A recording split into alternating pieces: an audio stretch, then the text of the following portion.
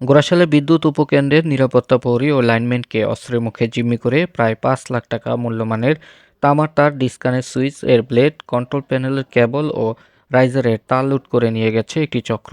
রোববার ভোর 4:30টার দিকে পল্লী বিদ্যুৎ সমিতি ১-এর অধীনে গোরাশালের অধীনস্থ বাগদি ৩৩/১১ কেবি লাইনের ২০ কেবি বিদ্যুৎ উপকেন্দ্রের এই ঘটনা ঘটে।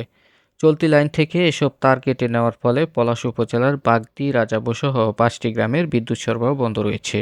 নরসিংদী পল্লী বিদ্যুৎ সমিতি ১-এর ঘোড়াশাল জোনাল অফিসের উপমহাব্যবস্থাপক মনোয়ার হোসেন জানান, রবিবার ভোরে বাগদির সাব স্টেশন কর্মরত লাইনম্যান আব্দুল ওয়াজেদ ও নিরাপত্তা প্রহরী ইয়াসিনকে ৩টি মোটরসাইকেল যোগে আসা ৫ থেকে ৬ জনের দুর্বৃত্ত দেশীয় অস্ত্রের মুখে জিম্মি করে। এ সময় চলতি লাইন থেকে তামার তার, ডিসকানেক্ট সুইচ এর ব্লেড, কন্ট্রোল প্যানেলের কেবল ও রাইজারের তার কেটে নিয়ে যায়। এতে পলাশ উপজেলার কয়েকটি গ্রামে বিদ্যুৎ সরবরাহ বন্ধ হয়ে যায়। পরে তারা পল্লী বিদ্যুৎ অফিসের কর্মকর্তা ও পুলিশকে খবর দেয়। ডিউটি ছিল আজকে সকাল ৬টা থেকে। ৬টায় আমি ডিউটিতে আসছি, আইসা দেখি আমার পূর্ববর্তী যে ডিউটি ম্যান রাত্রে ছিল, ওনারা খুব মানে ভয়ে কাঁপতেছে আর কি। তো আসার পর জিজ্ঞেস করলাম কি অবস্থা ভাই, কি সমস্যা।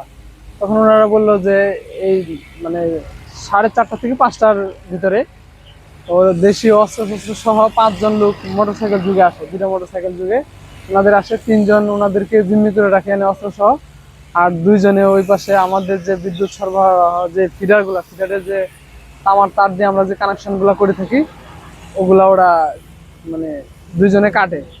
আমাদের সাব স্টেশনের ফেন্সিং আছে পিছনে, পিছন দিকে দেখে ফেন্সিং কেটে তারপরে ওরা ঢুকে।